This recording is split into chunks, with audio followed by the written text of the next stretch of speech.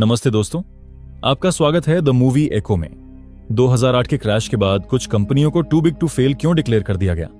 जब Lehmann brothers और AIG जैसी बड़ी इंस्टीट्यूशंस प्रॉब्लम में थे, तब गवर्नमेंट ने किस तरह के डिसीजन लिए और क्या लीमैन ब्रदर्स को बर्बाद होने से बचाया जा सकता था? इन सवालों के जवाब मिलेगा हमें 2011 में रिलीज हुई टू बिग टू फेल नाम की इस मूवी में। जो लोग स्टॉक मार्केट से जुड़े हैं या जुड़ना चाहते हैं, इस वीडियो को अंत तक जरूर देखिएगा। और जो लोग हमारी वीडियो देखते हैं लेकिन हमें अब तक सब्सक्राइब नहीं किया है, उनसे गुजारिश है सब्सक्राइब कर दो यार। तो कहानी की शुरुआत में हमें एक न्यूज चैनल को दिखाया जाता है जहां पर अमेरिका की बढ़ती हुई इकोनॉमी के बारे में बताया जा रहा था और इसका असली कारण था रियल एस्टेट मार्केट में चल रही तेजी। हर कोई प्रॉपर्टी खरीदने में लगे हुए थे और अमेरिकन गवर्नमेंट भी इसको सपोर्ट करने के लिए नए नए लॉज बना रही थी, क्योंकि इससे गवर्नमेंट और यूएस इकोनॉमी दोनों को काफी फायदा हो रहा था।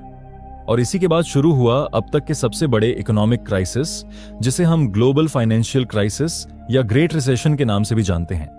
अब इस फाइनेंशियल क्राइसिस का असली कारण था मॉर्गेज डिफॉल्ट्स।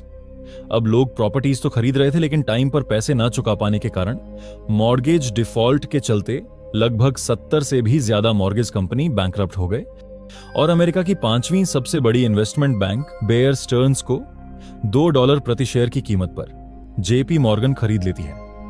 अब गवर्नमेंट को बेयर स्टर्न्स के $30 बिलियन के टॉक्सिक रियल एस्टेट एसेट से डील करना होगा।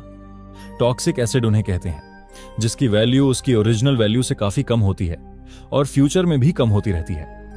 अब बेयर स्टर्न्स के बाद दुनिया की निगाहें अमेरिका की 4थी सबसे बड़ी इन्वेस्टमेंट बैंक लीमैन ब्रदर्स के ऊपर टिकी हुई थी, जिसकी स्टॉक की कीमत लगभग 20% से भी ज्यादा गिर चुकी थी।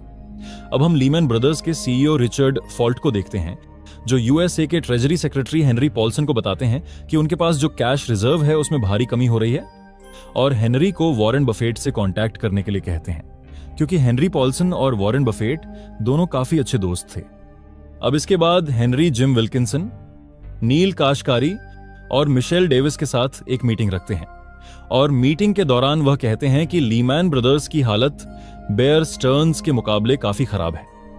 अगर लीमैन ब्रदर्स बैंकरप्ट हो जाती है तो इसके बाद बाकी के इन्वेस्टमेंट बैंक एक के बाद एक ताश के पत्तों की तरह गिरने लगेंगे।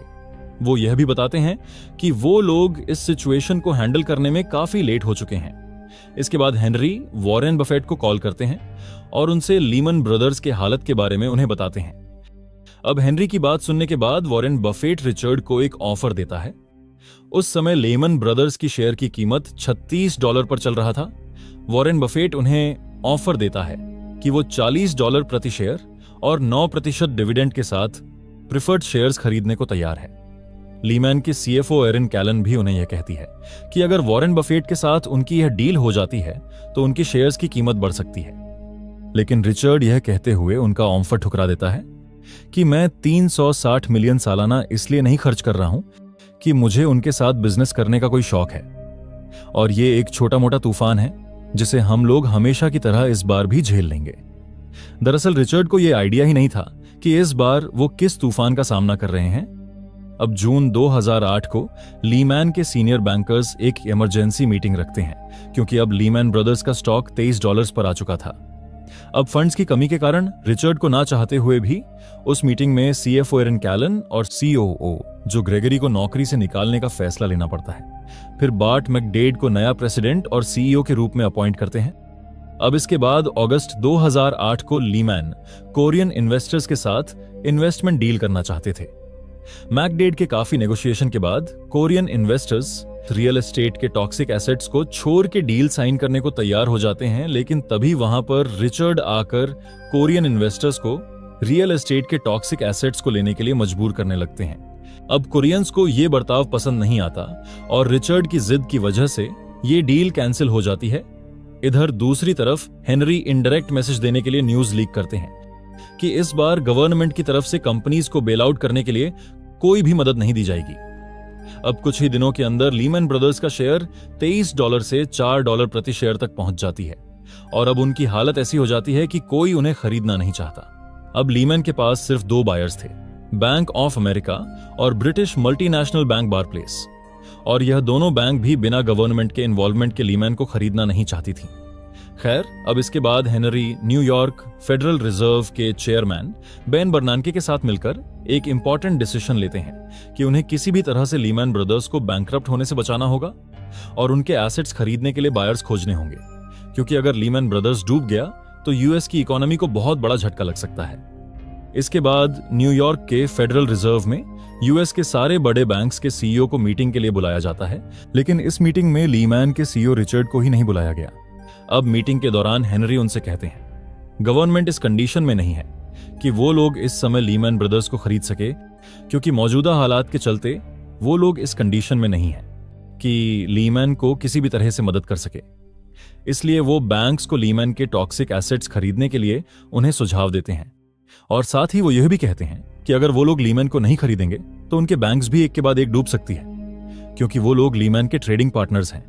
अब इस दौरान हेनरी को bank take over expert Chris Flowers से एआईजी के कंडीशन के बारे में पता चलता है। एआईजी अमेरिका की सबसे बड़ी मल्टीनेशनल फाइनेंस और इंश्योरेंस कंपनियों में से एक है। अब क्रिस हेनरी को बताते हैं कि एआईजी के फाइनेंशियल्स में $5 बिलियन का इश्यू है, और उसने हेनरी से यह भी कहा कि उसने वॉरेन बफेट को इस बारे में बताने के लिए कॉल किया था, लेकिन बफेट इतनी बड़ी रिस्की एसेट को छूना भी नहीं चाहते। अब यहां हमें पता चलता है मेरिल लिंच, जो कि एक इन्वेस्टमेंट एंड ब्रोकरेज फर्म है, उनकी कंडीशन भी कुछ ठीक नहीं है, लेकिन लीमैन के मुकाबले थोड़ी कम खराब है। अब bank of America Lehmann brothers को नहीं खरीद के उसके बदले मेरिल लिंच को खरीद लेती है। इसी के चलते बार्कलेज लीमैन को खरीदने का फैसला करते हैं, और साथ ही वो लोग लीमैन के टॉक्सिक रियल एस्टेट एसेट्स को भी एक्वायर कर लेंगे। अब यह खबर सुनकर रिचर्ड काफी खुश होता है, लेकिन उसकी यह खुशी ज्यादा देर तक नहीं टिक पाती, क्योंकि ब्रिटिश बैंक रेगुलेटर बार्कलेज को यह डील साइन करने से रोक लेती है और ये डील कैंसिल हो जाती है। तो दोस्तों, आप लोगों ने सुना होगा कॉन्फिडेंस एक अच्छी चीज है, लेकिन ओवर कॉन्फिडेंस एक समझदार इंसान को भी बर्बाद कर सकती है, और हेनरी पॉल्सन के साथ ठीक ऐसा ही कुछ हुआ।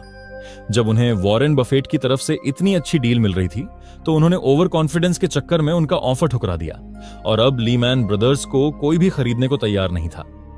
अब उनके पास और कोई रास्ता नहीं होता, इसलिए उन्हें मजबूर होकर बैंकरप्सी फाइल करनी पड़ती है।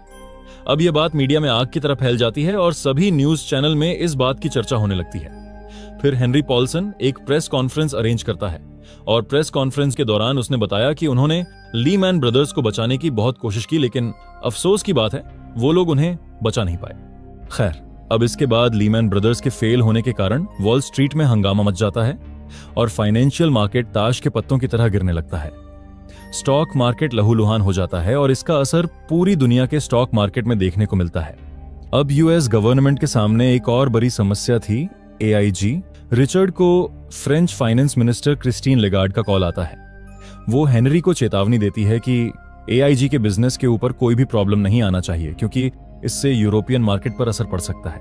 अब हेनरी और उसकी टीम मिलकर डिस्कशन कर रहे होते हैं कि एआईजी को क्रेडिट डिफॉल्ट स्वैप के कारण प्रॉब्लम फेस करना पड़ रहा है, क्योंकि जो credit default swap investment bank ने दिए थे उनका ज्यादातर इंश्योरेंस एआईजी ने ही दिया था। अब जबकि real estate mortgage bonds fail हो रहे थे, इसलिए एआईजी को इन क्रेडिट डिफॉल्ट स्वैप का पेमेंट करना पड़ रहा था, और इसी वजह से उन्हें काफी लॉस हो रहा है। अब यहां पर दोस्तों, अगर आपको credit default swap, mortgage bonds और 2008 की फाइनेंशियल क्राइसिस के बारे में और अच्छी तरह से जानना है तो हमारी बिग शॉट नाम की एक्सप्लेनेशन वीडियो को एक बार जरूर देखिएगा, जिसकी लिंक मैंने पिन कमेंट और नीचे डिस्क्रिप्शन में डाल दी है। खैर, अब कहानी में वापस आते हैं। अब नील बताता है कि अगर एआईजी फेल हो जाती है तो वो तमाम बैंक फेल हो जाएंगे जिन्होंने भी एआईजी से इंश्योरेंस करवाया है। इसका मतलब यह होगा कि पूरी की पूरी फाइनेंशियल सिस्टम कोलैप्स हो जाएगी, जो कि वो लोग कभी नहीं चाहते कि ऐसा कुछ हो। इसलिए यूएस ट्रेजरी एआईजी को $85 बिलियन का लोन देकर उन्हें इस सिचुएशन से बाहर निकालते हैं।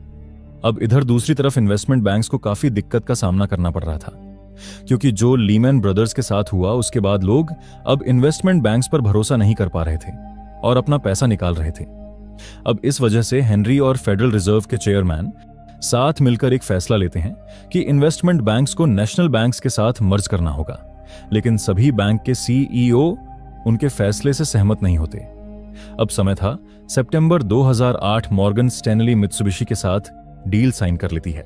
जब ये बात गोल्डमैन सैक्स, के सीईओ को पता चलता है, तब वो वॉरेन बफेट को कॉल करते हैं और उन्हें काफी कम कीमत पर गोल्डमैन सैक्स के स्टेक खरीदने का ऑफर देते हैं। वॉरेन बफेट भी उनकी बात मान जाते हैं और $5 बिलियन के स्टेक खरीद लेते हैं।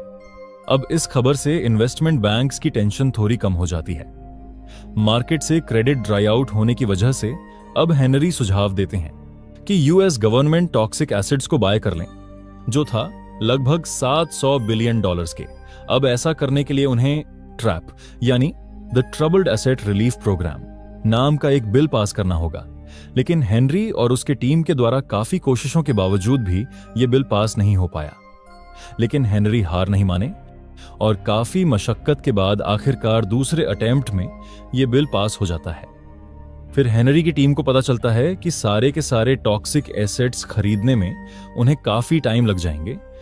फिर उन्होंने फैसला किया कि वो लोग ट्रैप का इस्तेमाल करके बैंक्स को कैपिटल इंजेक्शन देंगे, क्योंकि इसके अलावा उनके पास और कोई ऑप्शन नहीं था।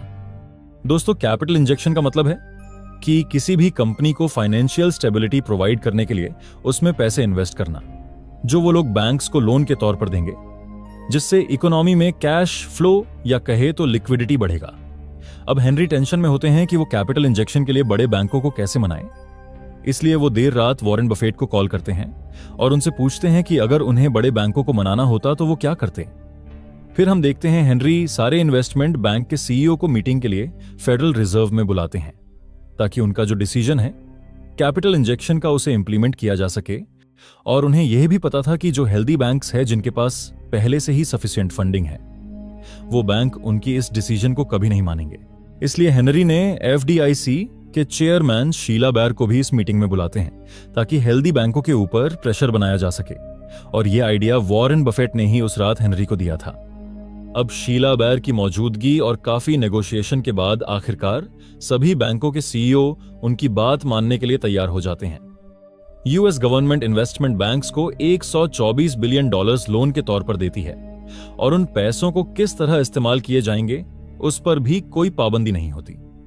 गवर्नमेंट लोगों को लोन देने के लिए बैंक्स को ये पैसे दिए थे, पर बैंक कुछ ही लोगों को लोन देती है और स्टॉक मार्केट अभी भी स्टेबल नहीं होता। अनएम्प्लॉयमेंट रेट 10% से बढ़ जाती है और लाखों लोग बेघर हो जाते हैं। अब 2009 में आखिरकार मार्केट स्टेबल हो जाती है और वो $124 बिलियन का लोन सारे बैंक वापस चुका देते हैं। 2010 में कॉम्पेंसेशन ग्रेड $135 बिलियन का रिकॉर्ड टच करता है और ये 10 बैंक यूएस का 77% बैंकिंग एसेट्स होल्ड करती है। इसलिए इन बैंक्स को too big to fail declare कर दिया जाता है। और इसी के साथ हमारी आज की कहानी यहीं पर समाप्त होती है। मिलते हैं अगली बार और एक नई वीडियो के साथ।